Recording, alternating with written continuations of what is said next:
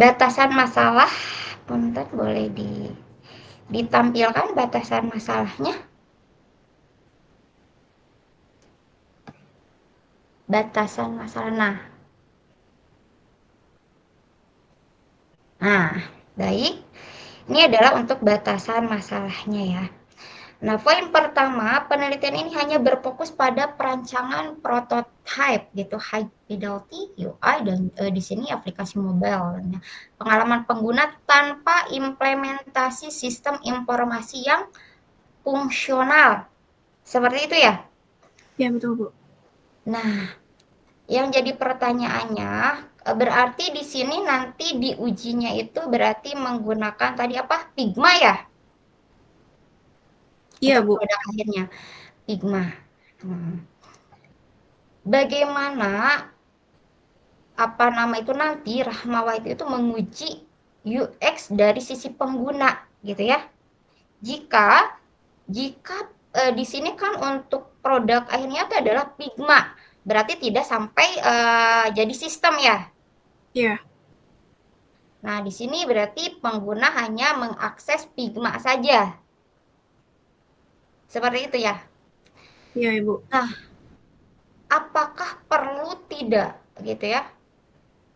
Ada batasan masalah terkait daripada di sini sampai daripada untuk apa namanya itu tidak mencantumkan atau tidak termasuk ke dalam responsif proses sistemnya gitu.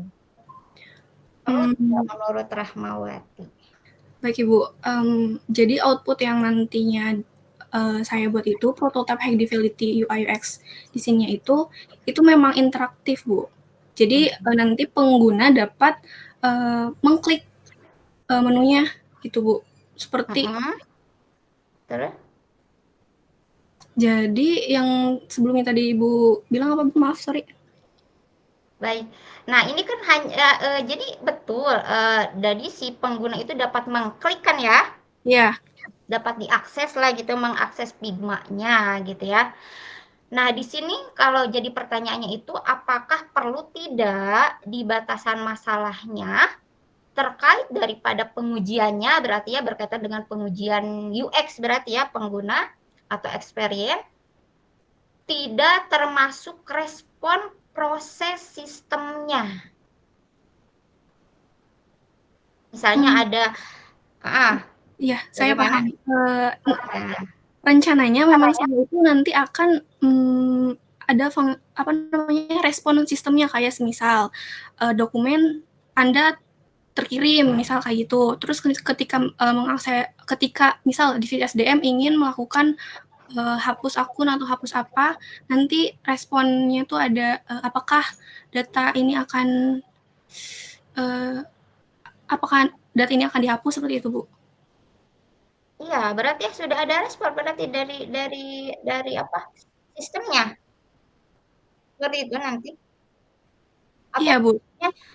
kalau gambaran ibu kan kalau ping itu klik klik gitu ya melihat tampilan apakah mudah atau tidak itu ya untuk tampilannya untuk visualnya seperti itu ya. Ya, Nah, apakah ini langsung ada respon dari sistemnya? iya, Bu. Ini nanti bisa di apa namanya? Bisa bukan di adjust ya. Ya. Pokoknya,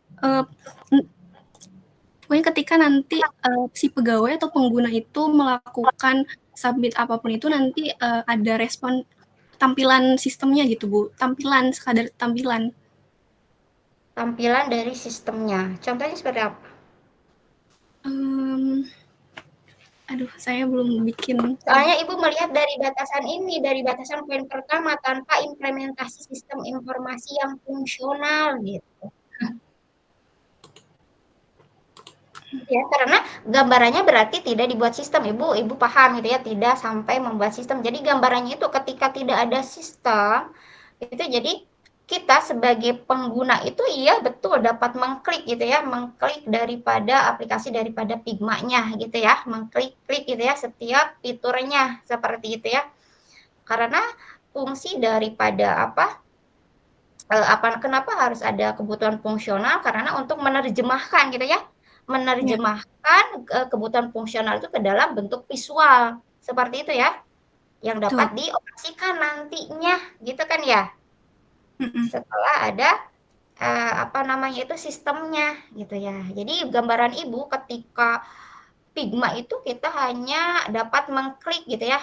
Jalan tidak seperti ini sesuai dengan yang apa yang diinginkan gitu sama apa sama si pengguna experience itu, oh ya kita dapat mengklik betul ya, dapat mengklik sebagai pengguna seperti itu atau tidak misalnya tidak secara respon sistemnya apa namanya itu respon seperti itu ya. Gambaran Ibu seperti itu.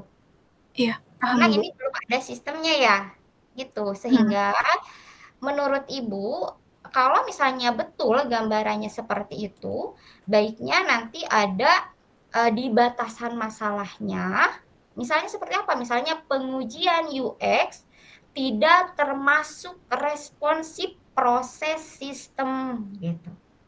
Oh, Karena kita merujuk pada poin pertama ini di apa namanya itu di batasan masalah yang rahmawati gitu. Alangkah baiknya ditambahkan lagi poin yang tadi itu. Gitu ya. Jadi nyambung dengan poin pertama ini gitu. baik, Ibu. Gitu ya. Tapi nanti boleh dikaji kembali ya. Baik. Nah, itu adalah untuk daripada apa namanya itu batasan masalahnya ya. Nah, selanjutnya satu lagi saja. Di sini untuk daripada sebentar, Ibu melihat dari kuesioner sebentar ya. Itu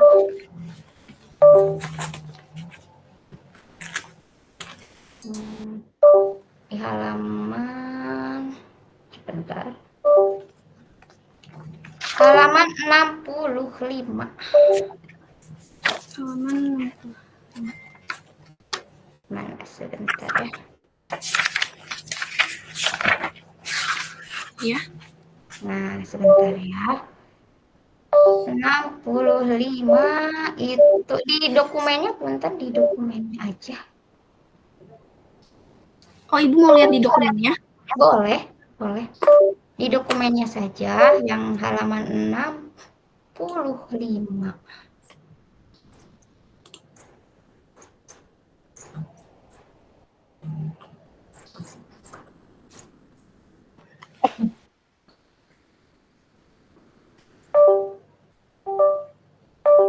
Yang ini ya yang tabel 10 pertanyaan kuesioner.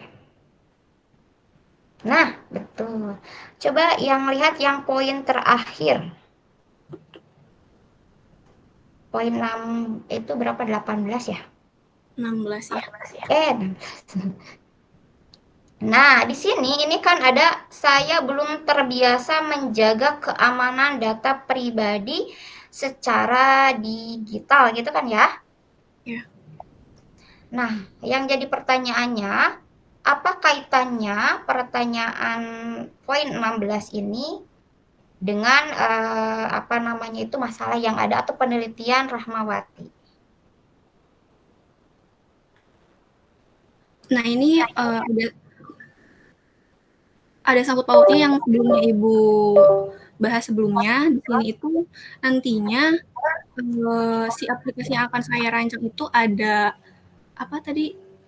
Kayak tadi Ibu bilangnya kayak misal kayak gini Bu, kayak ketika pegawai itu mengupload dokumen itu nantinya akan mengeluarkan modal seperti misal kayak dokumen Anda telah terkirim dan apa ya keamanan datanya tuh akan tidak dipublikasikan gitu Bu, intinya seperti itu. Tapi apa hubungannya dengan keamanan?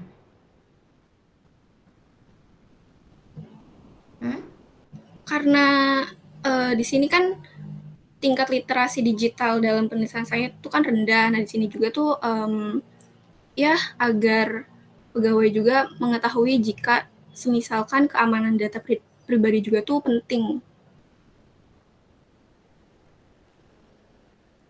Tapi kalau menurut Ibu, kalau fokusnya itu kan tadi fokusnya itu ke dalam apa tadi teh yang poin pertama apa? Kalau dari judulnya itu adalah terkait daripada data apa kenaikan gaji gitu ya. Iya. Kenaikan gaji berkala, pangkat dan juga pangkat gitu ya.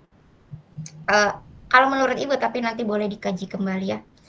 Kalau menurut Ibu itu baiknya itu karena ini bukan terkait fokusnya membahas terkait keamanan untuk poin 16 ini mungkin nanti boleh dikaji kembali atau misalnya boleh eh, dihapus atau dikaji kembali gitu ya. Karena kita hanya berfokus kepada tadi apa namanya itu kenaikan gaji dan juga pangkat seperti itu. Sehingga tidak membahas terkait daripada keamanan. Seperti itu ya.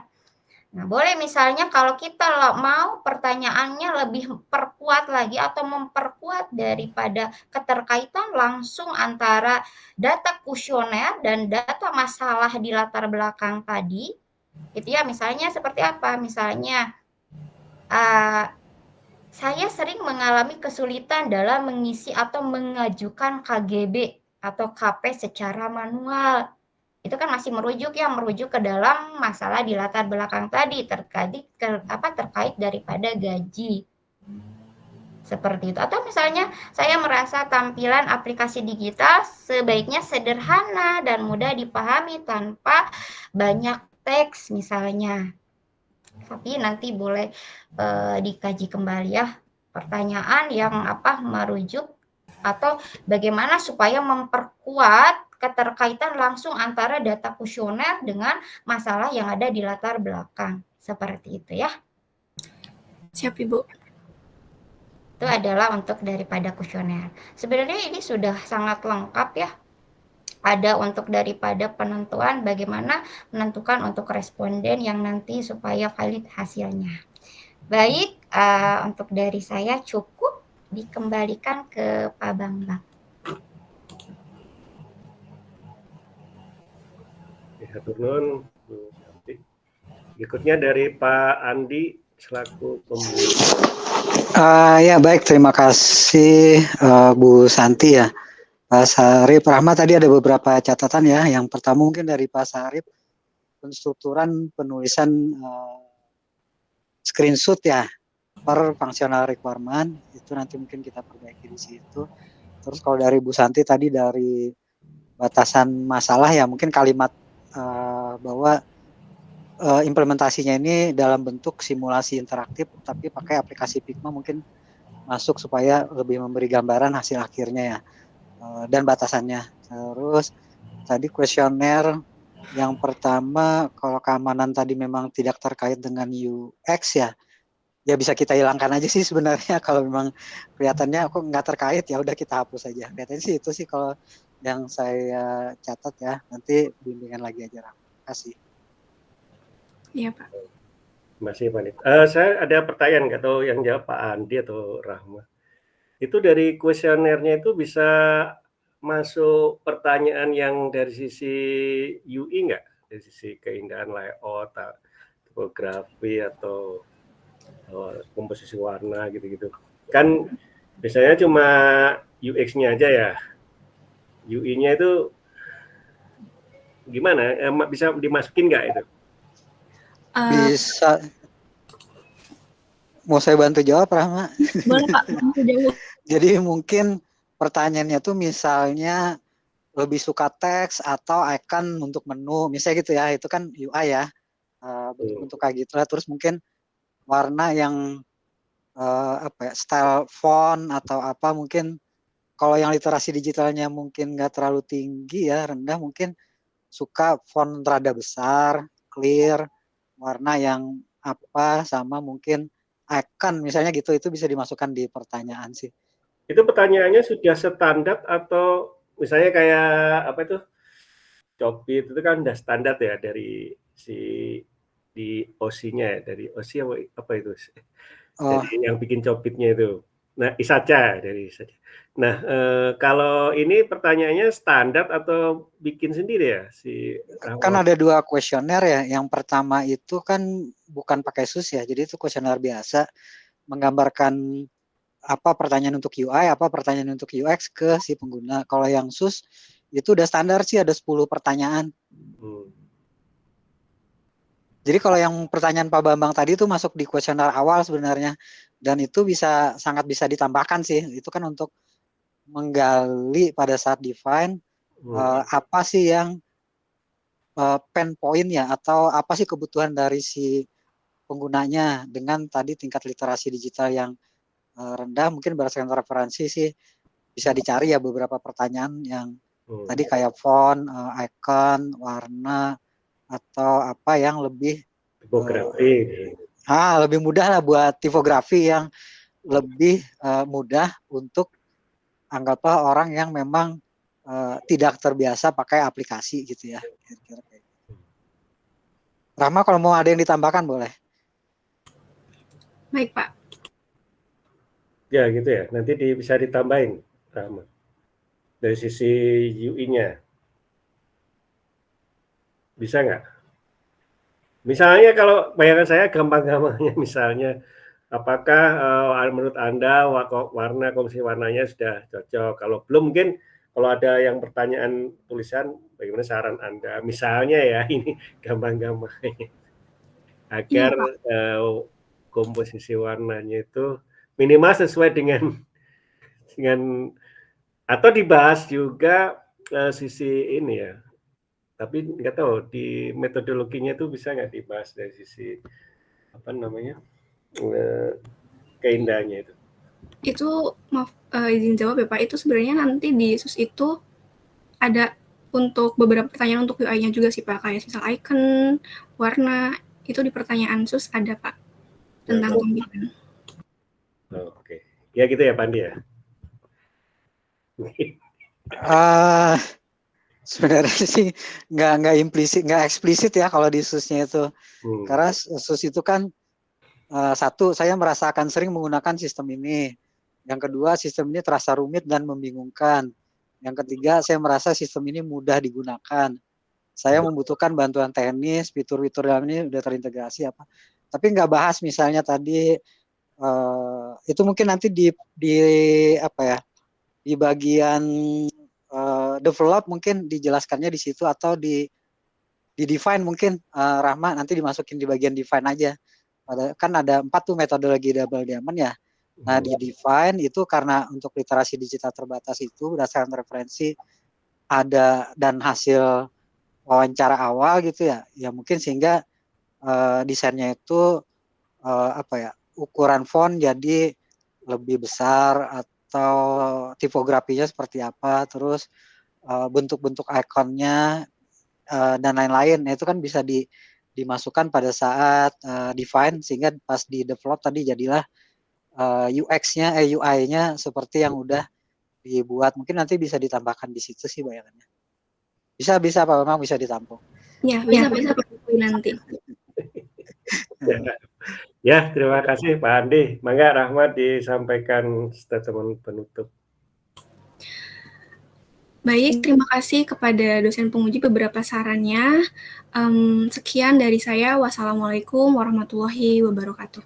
Waalaikumsalam warahmatullahi wabarakatuh. Saya kembalikan dulu ke Bu Erna yang terakhir ya sebenarnya. Atau kalau Bu Erna belum ada, assalamualaikum Pak Jaja, silakan dipersiapkan. Siapa ini yang Egi Sugina. Oke, baik Pak. Bangga Bu Erna. Iya, maaf Bapak, tadi mau hubungi Pak Jaja dulu. Oke, untuk peserta terakhir Egi Sugina ya, silakan Egi di share bahan presentasinya. Baik. Kapan pesertanya sudah ada ya Pak Jaja, sebentar lagi sayanya masuk ke channel untuk Bu Santi. Yuk, siap Bu. Assalamualaikum. Iya. Bang, Pak Adi. Oke, matur nuhun Pak. Udah dicolek Bu Santi tadi kayaknya. Dari malam Pak.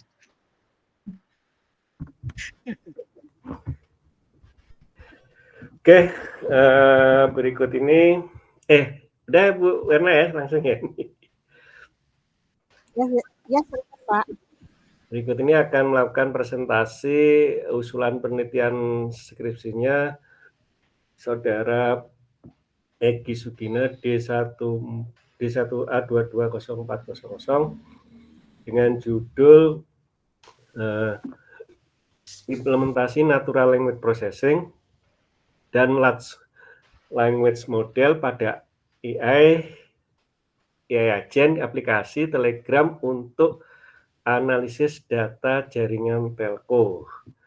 Nah, ini agak lain nih ya judulnya dari agak out of the box ya. Pak Andi suka nanya tuh kok nggak ada yang skripsinya judulnya kok gitu-gitu, nggak ada yang out of the box. Iya, nemu satu ini yang agak kekinian lah gitu. Insya Allah akan diuji oleh Bapak Jaja Mkom dan Ibu Santi Purwanti Mkom kepada Saudara Egy Sugina dipersilakan presentasi, waktunya kurang lebih 10 menit. Bangga. Baik, Bapak. Terima kasih untuk waktunya. Assalamualaikum warahmatullahi wabarakatuh. Salam sejahtera bagi kita semua. Yang saya hormati Ketua Sidang Bapak Bambang Tajil Tomo, MT, Moderator Ibu Ernawati Eskom. Yang saya hormati dosen pembimbing Bapak Sopandi dan Bapak Insinyur Pasyarif Hidayat MT. Yang saya hormati dosen penguji Bapak Jaja dan Ibu Santi Purwati SMkom. Para hadirin sekalian serta rekan-rekan mahasiswa. Pada kesempatan ini, izinkan saya Egy Sugina, NPM D1A 220400, menyampaikan paparan hasil penelitian yang berjudul Implementasi Natural Language Processing dan Large Scale Language Model pada AI Agent aplikasi Telegram untuk analisis data jaringan telco. Seiring dengan pesatnya perkembangan teknologi digitalisasi sektor telekomunikasi, kebutuhan akan sistem analisis data yang cepat, akurat, dan mudah diakses menjadi sangat penting, terutama dalam menjaga kualitas layanan jaringan. Namun, tantangan utama muncul dalam hal aksesibilitas dan efisiensi proses analisis, yang selama ini masih bergantung pada keahlian teknis khusus serta proses manual yang memakan waktu. Melalui penelitian ini, saya mengembangkan sebuah sistem AI agent berbasis aplikasi Telegram yang mengintegrasikan teknologi natural language processing dan large language model. Sistem ini memungkinkan pengguna tanpa keahlian teknis dapat melakukan analisis data performa jaringan dalam bahasa alami dengan hasil yang disajikan berupa ringkasan serta visualisasi data secara otomatis dan real time. Selanjutnya, saya akan membahas secara rinci latar belakang metode penelitian dan sampai prototip workflow. Layanan telekomunikasi sangat vital untuk kehidupan modern dan bisnis digital saat ini, menyediakan kemudahan akses informasi kapan dan di mana saja. Namun, dalam praktik di PT Neural Teknologi Indonesia, analisis platform jaringan masih mengandalkan perintah manual SQL yang lambat dan rawan kesalahan. Selain itu, sistem lama ini sulit digunakan oleh pengguna non-teknis dan belum otomatis. Oke, kita lanjut. Oke, rumusan masalah yang dirumuskan sebagai berikut. Hasilnya, 1. Bagaimana merancang AI agent yang mampu mengubah instruksi bahasa alami menjadi SQL query analitik yang akurat sesuai skema data jaringan telco. Bagaimana mekanisme sistem menjamin keamanan query select relevan terhadap parameter waktu, lokasi, operator, node, serta kepatuhan pada aturan bisnis. Bagaimana mengintegrasikan eksekusi query, pembuatan matrik ringkasan, visualisasi grafis, dan distribusi hasil otomatis melalui Telegram bot. Metode apa yang digunakan untuk mengevaluasi akurasi, interpretasi NLP dan LLM, presisi metrik analitik, serta kegunaan hasil ringkasan dan grafik bagi analisis jaringan. Bagaimana merancang fasilitas logging dan monitoring terhadap parameter hasil serta aktivitas sistem untuk mendukung audit dan evaluasi performa fungsional secara menyeluruh. Batasan masalahnya di sini, Data yang dianalisa mencakup matrik performa jaringan seperti tanggal, lokasi, operator, node throughput, latency, jitter, packet loss, kualitas video, cakupan sinyal, dan indikator sinyal. Operasi database dibatasi hanya untuk perintah select atau read only guna menjaga keamanan dan integritas data. Antarmuka pengguna hanya berupa Telegram bot tanpa aplikasi natif atau berbasis seluler lainnya. Sistem mendukung dua output utama, ringkasan text summary, dan visualisasi data berbentuk chart. Pertanyaan non-data dijawab singkat tanpa eksekusi query. Visualisasi data dibuat menggunakan konfigurasi dari layanan seperti Chart.js atau QuickChart lalu dikonversi menjadi gambar. Evaluasi sistem difokuskan pada akurasi interpretasi NLP dan LLM, kesesuaian hasil query, dan kepuasan pengguna dalam skala pilot test. Tujuan dan manfaat penelitian. Pengembangan sistem AI agent berbasis Telegram yang mendukung analisis data jaringan telco secara cepat, efisiensi, dan otomatis. Merancang AI agent yang mengubah instruksi bahasa alami menjadi query SQL yang valid, aman, sesuai konteks analisis jaringan. Membangun proses analitik end-to-end dari mulai pemahaman intent, terus pembuatan SQL query-nya, lalu dieksekusi oleh database Postgre, lalu diringkas menjadi sebuah summary dan grafis, lalu didistribusikan hasilnya ke Telegram pengguna. Pengembangan fasilitas logging untuk audit dan evaluasi sistem secara menyeluruh. Mengukur akurasi NLP dan LLM, ketepatan matrik performa, efektivitas sistem dalam memberikan hasil secara konsisten. Penelitian terdahulu. Pada bagian penelitian terdahulu ini, saya mengulas beberapa riset yang relevan dengan topik implementasi Natural Language Processing dan Large Language Model pada AI agent berbasis aplikasi Telegram untuk analisis data jaringan telekomunikasi. Penelitian terbaru di tingkat internasional seperti Tiumanavan 2025 dan Viciali 2025 menekankan peran NLP dan otomasi dan kecerdasan analitik jaringan. Ada juga riset terbaru mengenai pemanfaatan model GPT-4 untuk konversi bahasa alami ke query SQL. Contohnya SQL Genie 2025 di tingkat nasional. Pengembangan chatbot berbasis NLP di Telegram telah banyak dilakukan dengan teknologi seperti Rasa dan With AI yang mendukung kemudahan akses informasi secara cepat dan akurat. Penelitian-penelitian ini menjadi dasar untuk pengembangan sistem AI agent yang lebih adaptif, efektif, dan mudah digunakan. Penelitian ini melanjutkan pengembangan metode sebelumnya tentang AI agent dan NLP dalam domain analisis data, menyempurnakan integrasi bahasa alami dengan teknologi analisis database.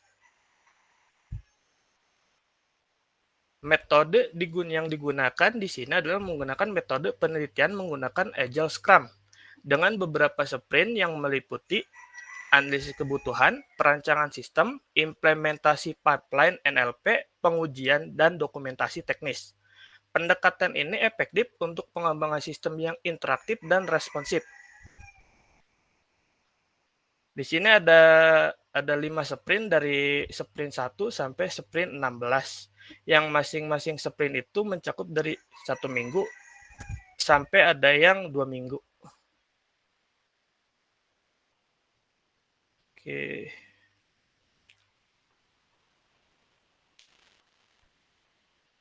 Sebentar ada yang kelewat.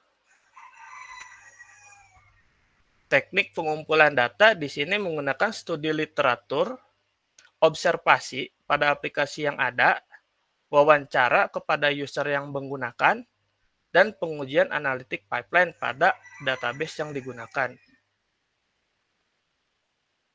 Oke, kita lanjut. Nah, untuk analisis sistem berjalan, di PT Neural Teknologi Indonesia menerapkan sistem berbasis perintah untuk analisis kinerja jaringan telco pada Telegram. Sistem ini menghadapi kendala termasuk proses yang lambat dikarenakan satu perintah berisi satu query SQL, interaksi yang manual yang terlalu repetitif jika ingin melakukan analisa yang lain seperti memunculkan nilai tertinggi atau nilai terendah. Itu harus membuat perintah dengan query yang sesuai. Ya, analisis kebutuhan, sistem yang berjalan saat ini masih manual dan kurang fleksibel. Saya melakukan analisis kebutuhan untuk merancang sistem baru yang otomatis dan mudah digunakan, khususnya lewat perintah bahasa alami melalui Telegram. Hasil analisis kebutuhan membentuk fitur utama berikut. Pertama, penerima perintah analitik per Telegram, lalu NLP, intent parsing menjadi SQL, lalu SQL itu dieksekusi oleh PostgreSQL. Setelah PostgreSQL ngeeksekusi, nanti hasilnya akan diringkas dan dijadikan grafik jika request-nya berupa grafik. Dan proses tersebut akan dimonitoring sama logging sistem tersebut. Perancangan sistem use case diagram. Diagram use case ini memperlihatkan aktor utama seperti admin, pengguna, sistem, AI agent. Aktivitas sistem dimulai dari menerima perintah pengguna, memproses bahasa alami, menerjemahkan ke query SQL, mengambil data hingga mengirim ke Telegram. Oke. Untuk activity diagram, pengguna diawali dengan interaksi berupa permintaan analitik dari Telegram, lalu masuk ke sistem, dan memprosesnya dengan natural language processing untuk memahami bahasa pengguna. Selanjutnya, sistem menerjemahkan input ke bahasa SQL dan mengeksekusinya ke Postgre database. Sesudah mengambil data, sistem menganalisis data dan menyusun hasil analisis ke dalam ringkasan dan analisis hasil dalam bentuk visual yang komunikatif, yaitu bentuknya chart. Hasil analisis dikirim ke pengguna. Untuk sequence diagram menggambarkan alur proses ini secara detail, dari mulai user mengirim permintaan ke Telegram, lalu diproses ke dalam LLM, lalu LLM hasilnya jadi query, lalu query itu dieksekusi oleh Postgres, lalu dikembalikan lagi ke LLM untuk di summarize, lalu hasilnya dirapikan, lalu ada yang berbentuknya chart, lalu dikirimkan kembali ke user. Untuk perancangan sistemnya seperti ini. Arsitektur sistem mengintegrasikan Telegram bot, AI agent, NLP, database PostgreSQL, platform workflow NEN dengan keamanan dari Cloud Tunnel dan Docker Container. Workflow NEN mengotomasikan proses dari input hingga output hasil. Untuk perancangan sistem workflow-nya seperti berikut, yang prototipenya sudah ada di NNN. Di-trigger menggunakan Telegram webhook, lalu diprocessing menggunakan LLM dari Google Gemini, lalu hasilnya dirapikan, text to JSON, habis itu dia ngecek apakah ini related sama data atau bukan. Kalau bukan, dia akan langsung merespon ke Telegram. Jika hasilnya related dengan data, dia akan dieksekusi oleh Postgre query. Lalu dicabangkan lagi menjadi ada dua, summarize sama gambar. Untuk yang gambar sendiri itu ada summarize-nya sendiri, di bawahnya nanti berbentuk caption. Lalu setelah di-generate menggunakan LLM Gemini juga, hasilnya akan dikirim ke user. Hasil akhirnya seperti ini. Di sini contoh grafis hasil analisis jaringan data latency. Sistem menunjukkan agent berhasil menginterpretasikan perintah bahasa alami dengan tepat, memberikan hasil analitik yang diminta. Kesimpulannya, sistem ini membawa kemudahan efisiensi baru dalam analisis data pada jaringan telco. Dari saya sekian, Pak. Terima kasih untuk masukannya. Oke, terima kasih Eki. Berikutnya penelaahan, mangga Pak Jaja dulu atau Bu Santi dulu. Silakan. Saya dulu Pak ya, ini ditunggu di channel sebelah. Siap, Pak ya. Terima kasih Pak Bambang atas waktunya. Assalamualaikum Kang Egi. Baik Kak, baik Pak. Kang Egi kerja di tempat ini? Enggak? Iya Pak. Oke, saya ingin tahu nih permasalahan intinya apa sih sehingga ngambil judul ini? Jadi kan yang di sekarang tuh sistemnya itu berbasis command from ya Pak. Jadi misal kalau mau ngambil data latency/latency, lalu itu kan SQL-nya itu satu komen itu pasti udah ditetapkan satu query gitu ya Pak. Kang, bentar, Nah, bentar. Maksudnya gini, proses bidang apa namanya itu, bidang bisnisnya itu dalam hal apa gitu di PT NTI ini? untuk bidang bisnis itu vendor ya Pak.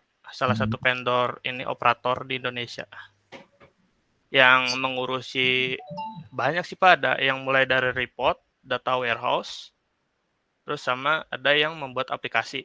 Kebetulan saya bagian membuat aplikasi sama monitoring report sih Pak. Nah, yang ini yang masalah yang muncul ini di bidang bisnis apa nih?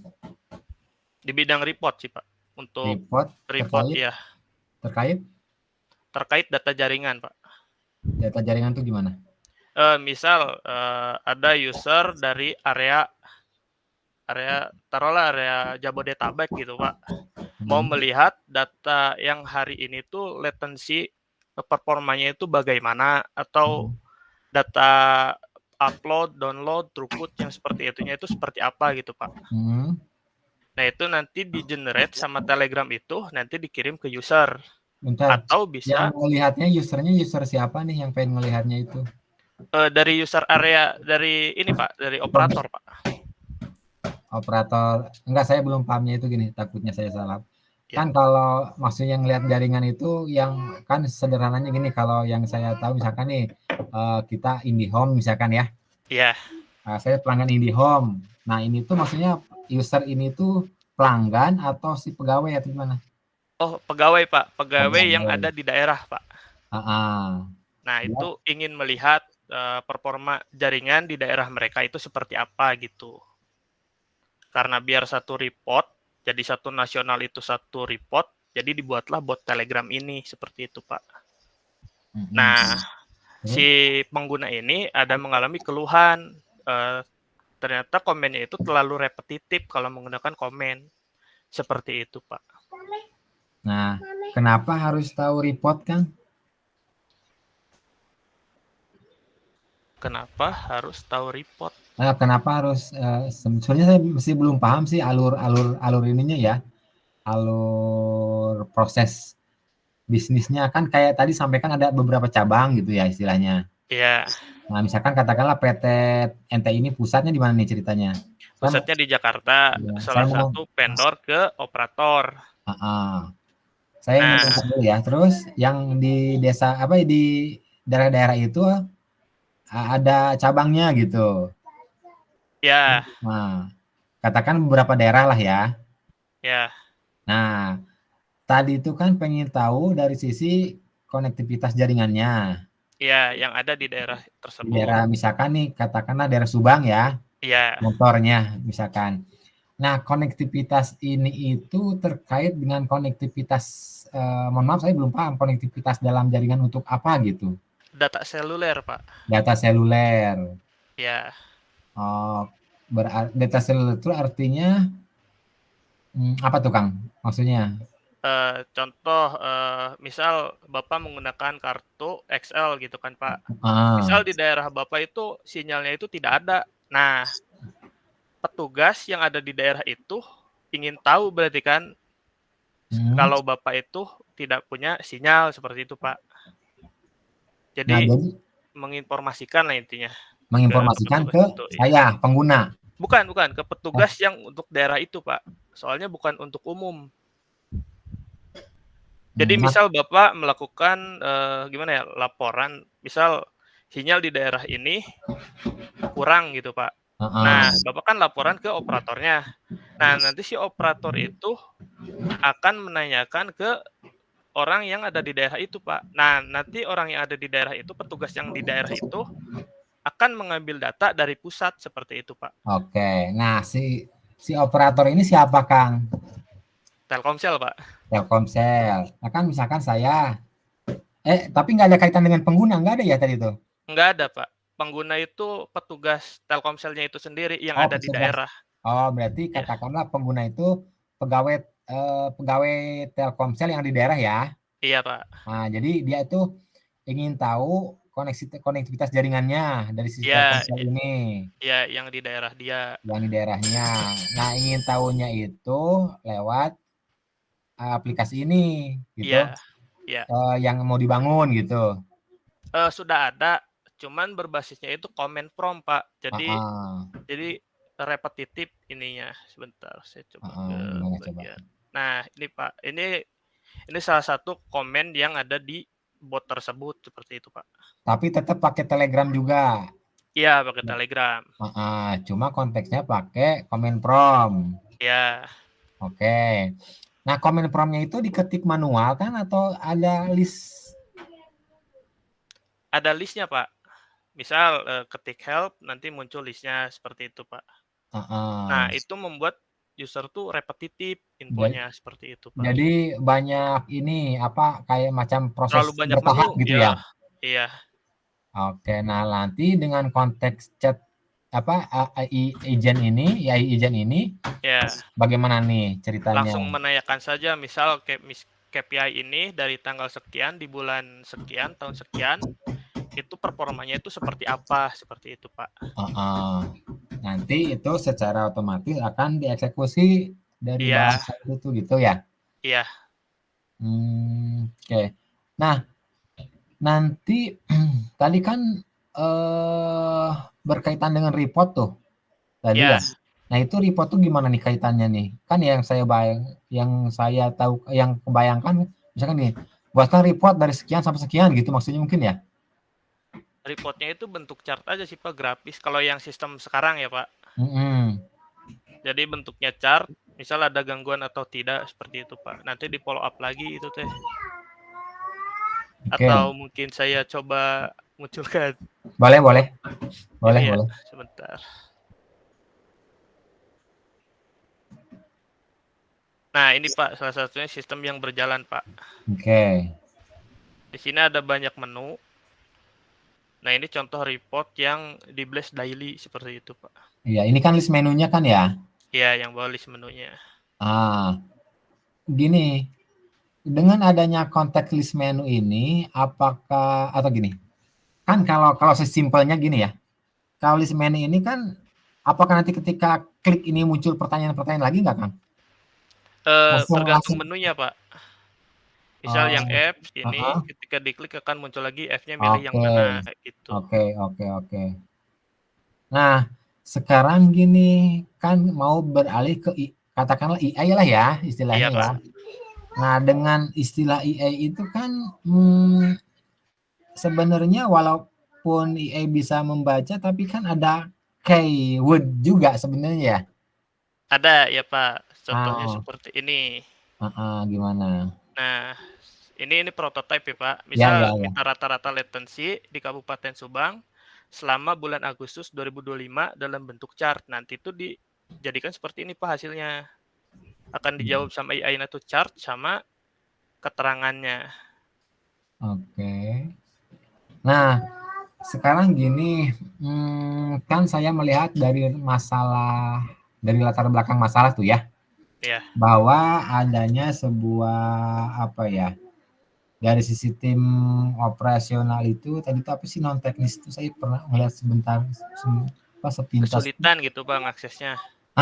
Kesulitan mengakses gitu kan. Iya. Nah, sementara kalau ini kan semacam bahasa lagi nih. Kan gini, saya pernah coba beberapa AI, pertanyaan pertama dengan pertanyaan kedua itu kadang jawabannya beda, secara esensi sama lah gitu lah ya, tapi nah gimana nih? Ini itu menggunakan langsung dari database Pak, menggunakan RAG, retrieve apa sih? Saya lupa bentar Pak. Apa gimana? Itu sudah saya masukkan di proposal. Menggunakan sistem RAG ini Pak, Retrieval Augmented Generation. Jadi si modelnya itu tidak di training, tapi langsung ngambil ke database gitu Pak. Ya, jadi database si ininya ya si PT-NTI-nya berarti ya. Iya, Jadi dia nggak database akan lari kita. kemana-mana berarti ya. Ya, si Oke. AI ini hanya mengenerate query yang akan di-running di database itu, seperti itu, Pak. Oke. Nah, sekarang ini terkait dengan ini ya, ada apa itu dibacanya N8N atau N8N itu dibacanya itu. NAN sih, Pak, kalau Oh. kebanyakan orang banyak. Nah itu tuh bagaimana kaitannya dengan Telegram ini, Kang? NAN itu sebenarnya platform ya, Pak. Ya. Sebenarnya bisa menggunakan code base. Cuma kan saya ingin menyederhanakan gitu, Pak, untuk maintain juga. Nah, si NAN itu menyediakan node-node yang bisa digunakan ini, Pak, seperti ke-trigger ketika mengirim pesan dari Telegram, lalu memprocessing untuk LLM ini, Pak. Ini contohnya. Ya. Ini kan buat Telegram punya saya. Ya. Nah, nanti itu nge-trigger ke sini, Pak. Oke. Nah, dari sini dikirim ke LLM ini, Pak. Oke. Nah, jadi kan kalau saya simpulkan bener nggak nih bahwa ini sebuah sistem yang berbeda dengan plat Telegram ya? Sama, Pak. Cuman kan sama. Telegram itu untuk UI-nya itu, Pak. Nah, untuk back-end-nya di sini menggunakan NNN seperti itu, Pak, untuk processing-nya. Telegram itu hanya untuk si ininya bot apa sebutannya kliennya lah, client side. Ya. Nggak, maksudnya gini. Tadi kan sebuah platform ya. Ya. Nah, saya sih berpikirnya platform itu berbeda dengan aplikasi Telegram, enggak ya? Platform itu emang berbeda dari Telegram, Pak, karena Telegram itu jadi nge-trigger yang ada di NNN, Pak. Iya, maksudnya kalau memang beda, maksudnya ini kaitan dengan ininya ya, Kang, use case and activity. Oh, itu use case itu saya menggambarkan yang di dalam NNN-nya, Pak. Ya, jadi, maksudnya gini, kan yang namanya sistem itu bisa dikatakan aktor. Baik. Nah, jadi maksud saya itu secara ini udah ya, secara judul sih, secara kelasan sih udah, saya rasa bisa lah. Nah, cuma kan ini kalau saya urut ke use case, berarti di sini ada sistem yang membutuhkan sistem lain gitu, benar nggak kira-kira? Telegram butuh platform N ini gitu kan? Iya, Pak. Nah kemudian nih dari si Telegram, nah kemudian kalau database dari sistem mana, Kang? Dari PostgreSQL, Pak. Kalau ini maksudnya dari MySQL. sistem yang dibangun oleh PT NTI. Iya, sistem internal. Sistem internal kan? Iya, database internal. Nah, saya sih kan gini, Telegram juga sistem yang dibangun bukan oleh NTI kan? Bukan. Nah, maksudnya gini, kita perlu urut nih hal ini bahwa perlu adanya 3 aktor sistem berarti yang terlibat kalau saya bayangkan. Paham maksud saya? Ya artinya gini, dari Telegram dia akan ngirim kemana nih, ke N8N nggak? Ya, N8N. Nah, N8N ini, jadi gini, N8 ini jadi aktor juga. Oh, jadi bukan sistem ya, Pak, bentuknya? Iya, tapi sistem, tapi dalam konteks aktor gitu. Kebayang nggak gini? Jadi gini, yang Kang ini kan misalkan konteks utamanya di sisi apa nih? Apakah dari sisi Telegramnya yang dibangun tuh dari sisi mananya nih yang jadi jembatannya gitu. Nah ya gini, pusatnya contoh gini lah, Siakad kita nih ya, kita bangun sistem informasi akademik nih. Iya. Nah kita mau pembayaran uang kuliah tapi terintegrasi dengan Bank BJB gitu kan. Nah berarti nanti ada aktor BJB gitu. Baik. Nah ini yang core jadi sistem utama yang bukan dibangun lah ya, yang jadi platform utama yang akan ininya tuh apa? Apakah si Postgre-nya itu database yang Kang Egi yang ada di internal? Nah, saya rasa sih di sana gitu kan titik ininya. Nah nanti akan menceritakan aktivitas antar sistem, di mana aktivitas antar sistem ini dikatakan sebagai aktor gitu. Baik. Kebayang nggak? Ya. Nah, jadi sistem ini nih aktor, kemudian Telegram juga aktor, kemudian database yang dari NTI juga aktor. Nah, makanya nanti mana yang jadi core utamanya yang menjadi sistem keseluruhan kan misalnya kan kayak gini nih. Ada agent gitu kan. Ini aktor. Misalkan nanti ada N ini juga aktor. Sementara di sini sistem secara keseluruhan yang akan dikemas itu adalah database NTI, misalkan sistem NTI-nya misalkan. Nah, iya. Kebayang nggak maksud saya, Kang? Iya, Kang. Iya, Pak. Iya, Pak. Nah, saya mau urut hal itu gitu kan. Nah, itu yang kedua ya. Nanti tapi silakan nanti kaji lagi seperti apa ininya kebutuhannya gitu ya. Iya, Pak. Baik, Pak. Nah, secara ini udah. Nah, berarti sekarang gini, setelah report yang tadi Kang Egi minta itu katakanlah tadi ya ada kan minta report sekian dari sekian gitu kan ya. Iya. Atau data apa aja gitu kan. Nah, dari data yang setelah diminta itu tapi itu mah enggak ini ya mungkin ya, berarti enggak tersimpan dalam konteks artinya di database berarti enggak. Jadi hanya menampilkan di Telegram aja berarti Kang ya? Iya, menampilkan aja di Telegram untuk hasilnya. Jadi nggak tersimpan kayak yang sistem informasi akademik yang lain gitu kan ya? Tidak. Jadi yang dikelolanya adalah database NTI itu gitu kan ya? Iya. Dan tapi Kang Egi nggak menyentuh ke sana kan? Ke mana, Pak? Kelola terkait dengan database NTI itu enggak ya? Enggak, Pak. Itu Ya. ada bagian yang menyediakan gitu, Iya. Pak. Ya Kang Egi hanya ngambil data itu aja kan? Iya. Oke, berarti sekarang mungkin ya dari sisi keyword-nya itu yang perlu dibenahi mungkin Kang nanti. Paham nggak maksud saya? Keyword di judulnya atau di mana ya, Pak? Enggak, keyword dalam Telegram. Artinya harus ada acuan yang dibuat untuk misalkan report dan sebagainya. Paham nggak maksud saya? Masih belum kebayang, Pak. Nah, jadi gini, kan yang namanya IE itu maksud Kang Egi kan untuk minta data apa aja gitu kan ya? Iya. Nah, kan yang namanya itu kan harus ada jadi gini, tetap harus ada acuan, ada aturan keyword untuk para pengguna gitu. Ada, Pak.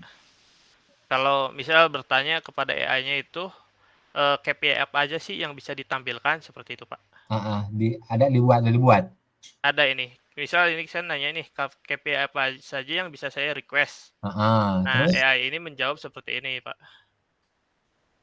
Karena KPI ini kita define terlebih dahulu, Pak. Oke. Anda dapat meminta KPI untuk kecepatan unduh. Nah, itu nanti ketik lagi apa berarti setelah ini?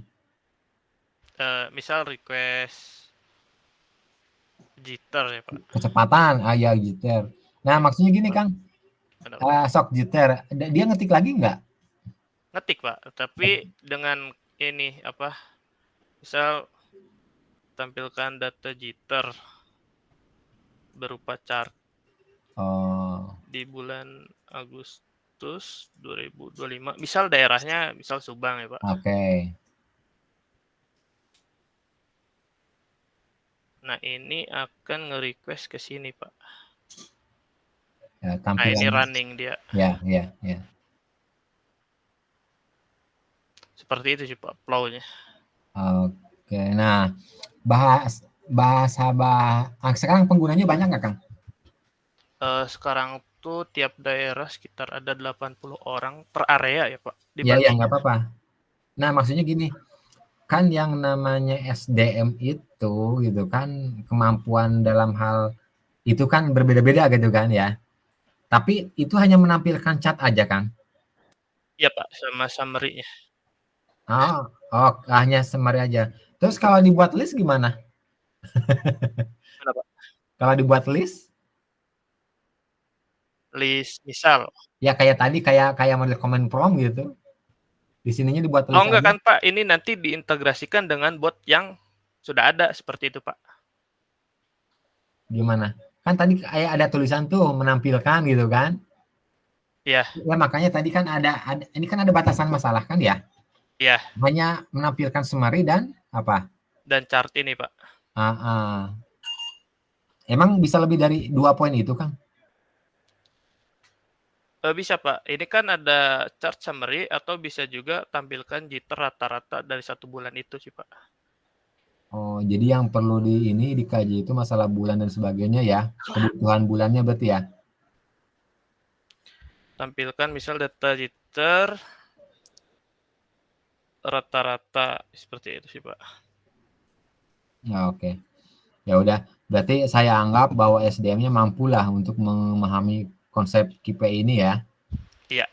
Ya, tapi yang namanya orang kan ketika baru lagi ya perlu karena gini kan ini bahasanya bahasa manusia gitu kan ya. Iya. Yang namanya bahasa manusia itu kan punten aya nu bodoh, aya nu pinter sebagainya. Nah, ini itu ada sistem konteksnya Pak di Nah, sini. gimana tuh? Ini Mas. Nah, ini kalau rata-rata tidak berupa chart ya Pak. Dia datanya seperti ini. Iya sih ya. Ya, saya paham sih cuma maksudnya gini. Ya mungkin nanti ke depannya lah. Jadi bagaimana memfasilitasi agar orang teh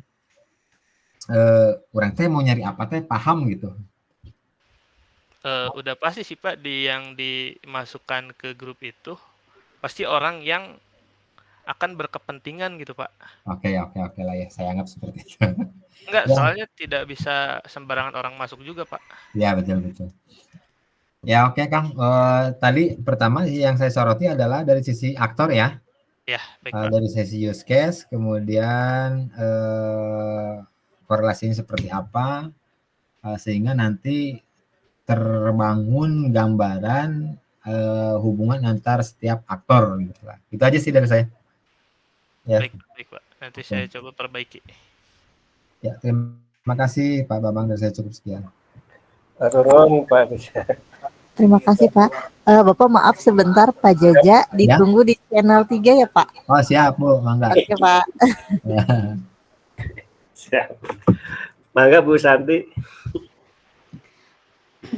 Baik, terima kasih untuk waktunya Pak Bambang. Baik, Egi ya. Iya Bu. Baik, tadi sudah banyak ya disampaikan sama Pak Jaja ya untuk penelaahannya. Di sini saya menambahkan dari pertama di sini untuk daripada poin masalahnya gitu ya. Ini fokus masalahnya itu terkait apa kalau di penelitian Egi? Masalah yang ini Bu, yang dari aplikasi sebelumnya itu Bu repetitif komennya. Usernya merasa repetitif dan ingin digabungkan dengan AI agent seperti itu Bu. Berarti bagaimana menggabungkan gitu ya, dengan sistem AI agent seperti itu ya? Ya, yang Dan juga aplikasi yang sudah ada mhm. diimplementasikan dengan NLP LLM ini seperti itu Bu. Nah, baik. Nah, Ibu juga membaca di sini ada terkait daripada kebutuhan user non teknis ya untuk akses insight tanpa bantuan IT gitu kan ya di latar belakang nih.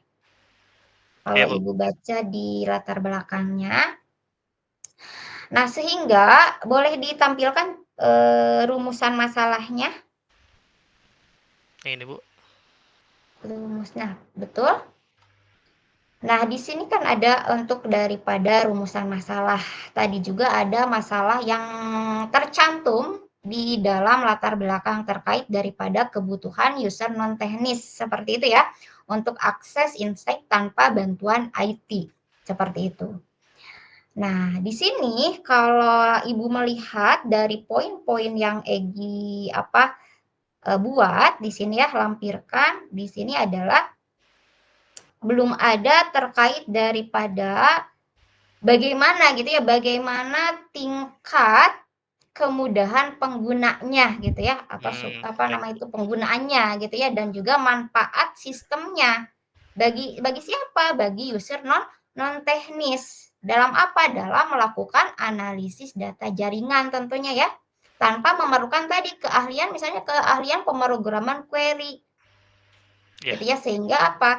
Sehingga ini akan relevan atau merujuk kepada latar belakang yang tadi. Gitu ya. nanti baiknya dimasukkan di dalam rumusan masalah. Seperti itu. Baik, Bu. Nah, terus tadi lagi ada terkait daripada bagaimana untuk sistem AI agent-nya, gitu ya? Iya. Nah, berarti masukkan juga bagaimana sistem AI agent ini berkontribusi gitu ya terhadap apa? Terhadap peningkatan efisiensi kerja dan juga apa? Dan juga transformasinya. Apa transformasi digital di lingkungan NTI atau PT NTI. Sehingga nantinya akan menjawab diimplementasi nanti ke belakang dari rumusan masalah ini. Seperti itu ya, supaya antara latar belakang nanti rumusan masalah sampai dengan selanjutnya itu akan lebih kuat gitu, relevan. Seperti itu ya. Iya, Bu. Nanti boleh tapi dikaji kembali ya, itu adalah untuk saran nanti memasukkan daripada bagian terkait daripada masalahnya. Seperti itu ya. Baik, Bu. Baik, Bu. Baik, nah sebentar selanjutnya di sini teori ya. Nah, di sini ada penelitian terdahulu ya di tinjauan pustaka. Ini Ibu melihatnya di ini di dokumen. Baik, Bu. Baik.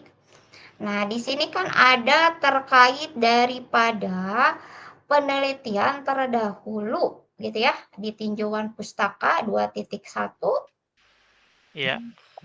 Nah, kalau menurut Ibu ya, kalau menurut Ibu itu baiknya itu tambahkan daripada penjelasan dari penelitiannya terdahulu yang telah misalnya yang telah dimuat, apa kontribusinya untuk penelitian apa EGI dan apa bedanya gitu.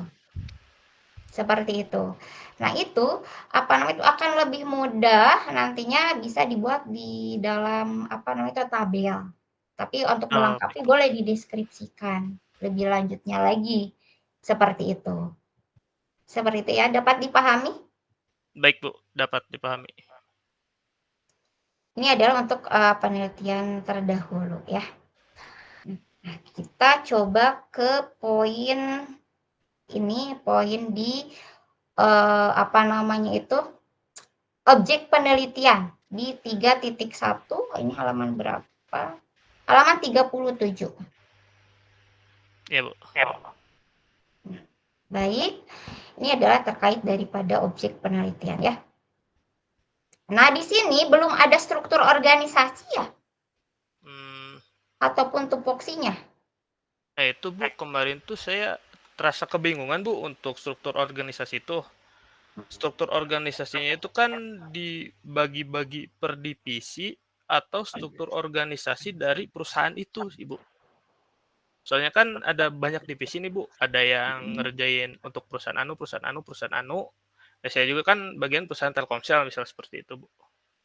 Nah, Itu kalau menurut Ibu fokus kepada penelitiannya ini di mana? Divisi mana? oh berarti struktur organisasi di divisi itu ya Bu. Baik. Iya, yang fokus penelitian EGI di mana? Seperti itu supaya nanti terfokus daripada struktur organisasinya. Seperti itu ya. Dan juga tentunya penambahan tupoksi. Seperti Baik. itu ya, tupoksi supaya nantinya apa? Supaya nantinya dapat terlihat gitu ya kesesuaiannya dengan use case diagram yang tadi. Gitu yang sudah tadi dibahas ya. Akan Ya, ada baik, Bu. kesesuaian dengan use case diagram dan juga nanti tentunya activity diagram. Dari sisi apa? Dari sisi aktor. Dan juga tentunya alur daripada proses bisnisnya. Baik, Bu. Seperti itu ya. Kenapa baiknya ada struktur organisasi dan juga tentu dilengkapi dengan apa namanya itu tupoksinya. Seperti itu ya. Baik. Itu aja yang di PCEG aja yang sekarang lagi apa penelitian gitu ya. Baik, Bu. Nah, itu adalah objek penelitian ya. Selanjutnya sebentar. Nah, metode penelitian boleh dilihat di 3.2. Ya, Bu. Di bawahnya, punten di bawahnya. Nah, itu ada tabel kan ya? Ya. Itu adalah tabel apa nih?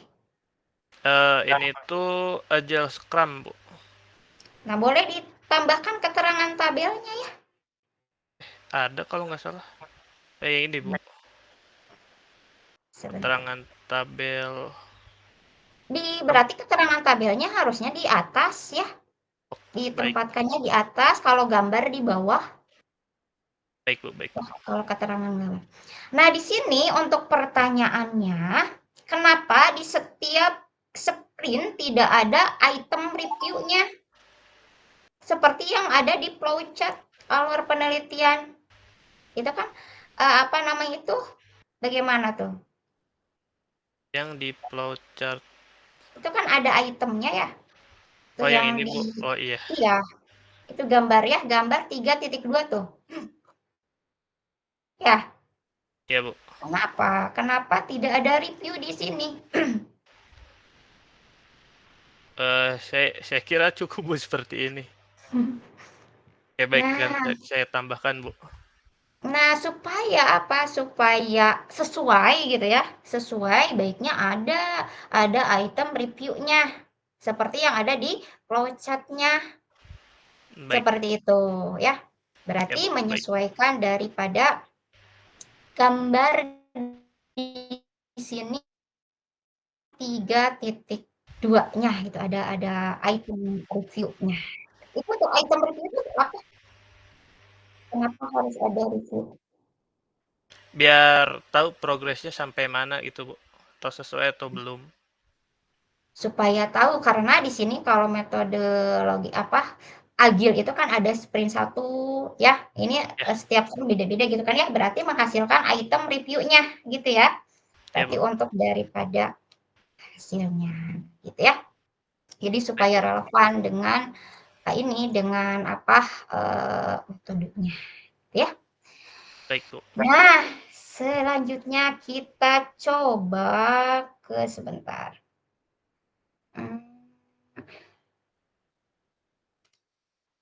Ini ada analisis sistem yang berjalan ya 3.4 ya? Di analisis sistem berjalan. Iya, Bu, ada, Bu. Baiknya itu dimasukkan di subbab 41.1 ya, di hasil ya. Oh, di hasil. Baik, Bu. Nah, itu di 4.11 gitu ya. Coba kita lihat sekarang 4.1-nya. Coba dibuka 4.1-nya, punten. Sudah, Bu. 4.1. Nah, baik. Nah, di sini ya ada kan untuk analisis proses bisnisnya ya. Nah, di sini kan kalau misalnya dilihat dari flowchart gitu ya, alur penelitian yang tadi gitu ya.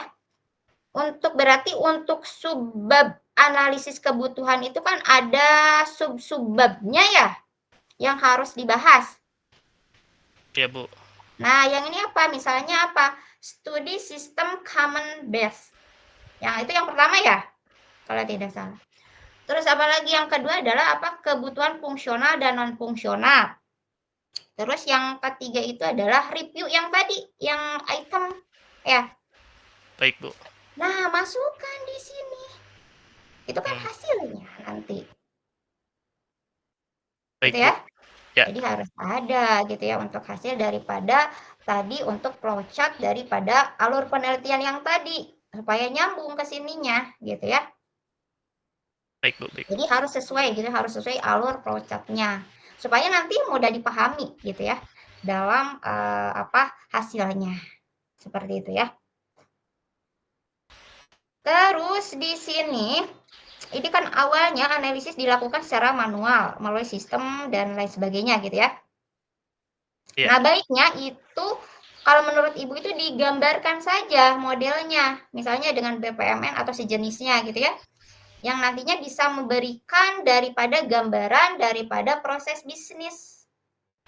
Ini kan narasi ya, narasi saja. Nanti baiknya itu digambarkan saja gitu ya supaya terlihat daripada gambarannya gitu ya. Boleh menggunakan BPMN atau sejenisnya gitu ya. Baik, Bu. Gitu. Nah, ini yang di bawahnya ini berulang ya. Analisis lagi. Yang barusan, yang di atas itu. Itu yang apa, yang proses bisnis, awalnya Iya, analisis. Nah, iya. itu berulang ya kalimatnya ya? Yang di bawahnya tuh, analisis proses bisnis, bla bla bla bla, itu apakah beda? Enggak, Bu. Itu Sama yang awalnya, mana? itu ada awalnya lagi kan? Enggak ada, Bu. Ini hanya ini, Coba, Bu.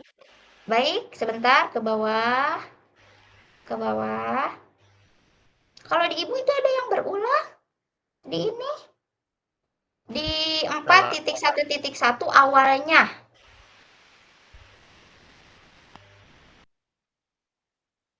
Nah, di bawahnya lagi awalnya juga, sebentar.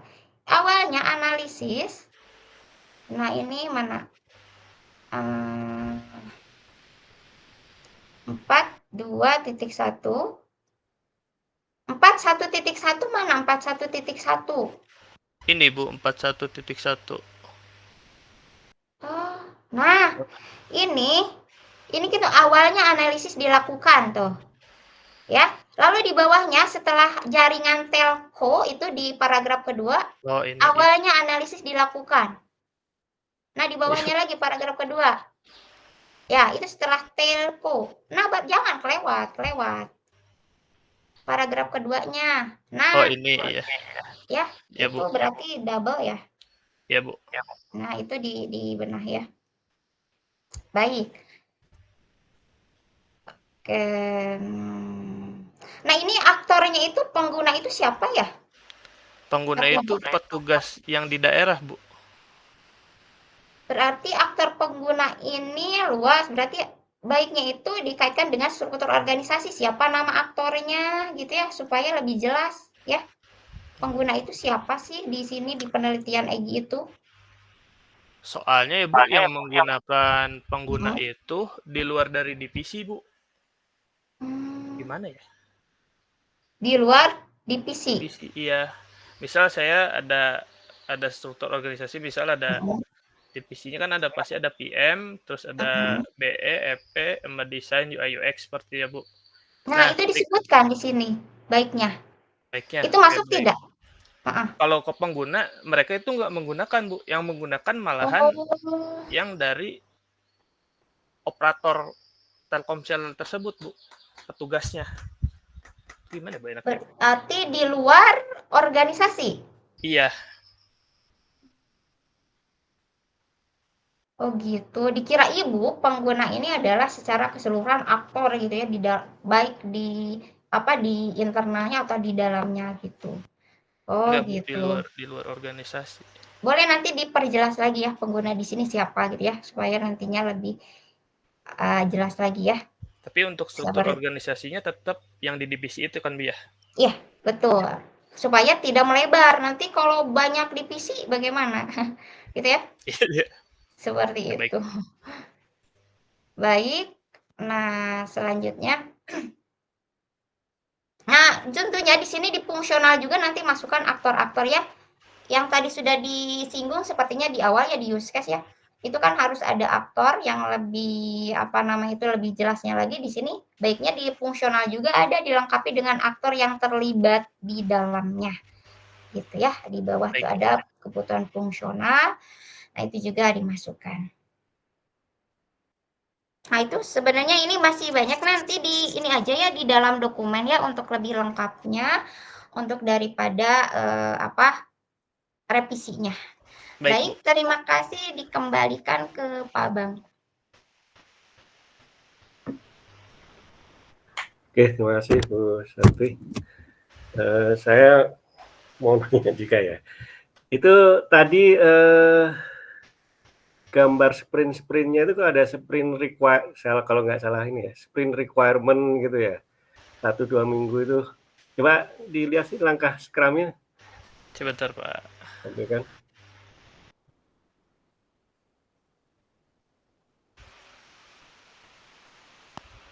Bagian Langkah Scrum-nya yang ada penentuan sprint 1 ini. Nah, ini, Pak. Oke, ini dulu lah, digedein coba.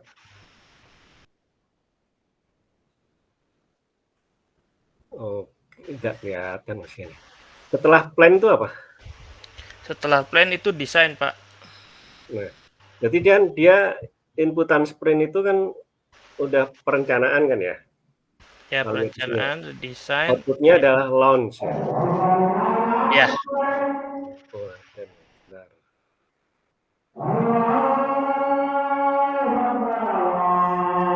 Ya udah, nggak apa-apa lah. Nanti diskusi sama Pak Andi aja. Pak Andi, mangga. Ya baik, makasih Bu Santi, Pak Bambang atas telahannya ya. Yang dari Bu Santi tadi ada beberapa catatan Egi, nanti kita perbaiki ya, mulai dari rumusan masalah, terus konsistensi sampai ke belakang aja sih.